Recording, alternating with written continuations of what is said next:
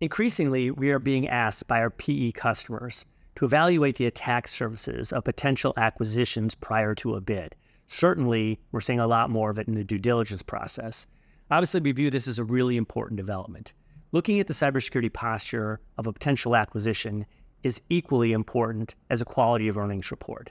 And let's talk a little bit about why that is. The bread and butter of these private equity firms are largely middle market businesses. Prior to going on the market or putting themselves up for sale, they'll look at increasing their EBITDA and obviously reducing cost. We have a lot of conversations with middle market businesses saying, we know we need to do this, but it's not part of our budget right now. Well, I don't think it's part of their budget to pay a $4 million cybersecurity breach cost. Or in the case of private equity, financial services, according to IBM, pay a much higher cost relative to breaches. This should be of particular interest to private equity firms because IBM's study indicates that the breach cost for financial services companies is $6 million on average versus $4 million for the rest of industry. Actually, financial services breach cost is second only to healthcare for the largest costs suffered due to breach. The relationship between a PE firm and its portfolio company, or portco as I'm going to refer to it going forward, is a close one.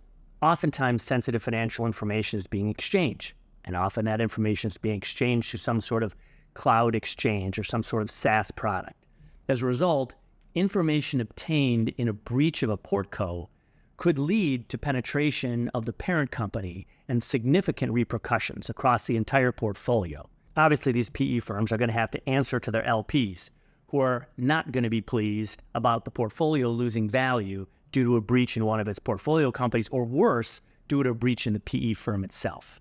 And let's follow the path of breach costs. And we've talked about the three categories, whether it's the remediation and mitigation, whether it's the brand damage, and what's the payment of the actual ransomware.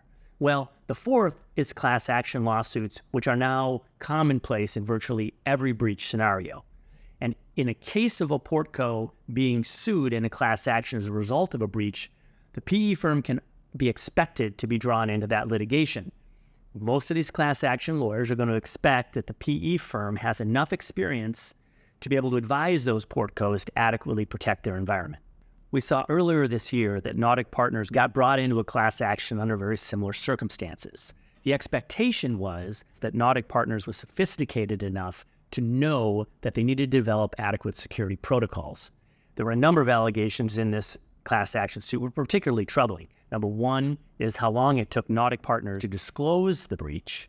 And number two, there were allegations because of past conduct of negligent data security protection overall. So PE firms need to include, as a regular course of their due diligence, an examination of the security posture of any potential portco. It is a critical component of due diligence and one that can't be underestimated. It's also a relatively simple process for the PE firm to engage in.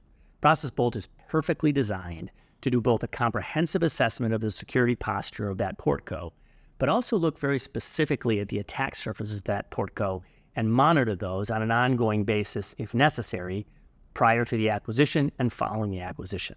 So we love the fact that our PE firms are waking up to this issue, and we look forward to working with many more in the future to protect their environments and their portfolio companies as well.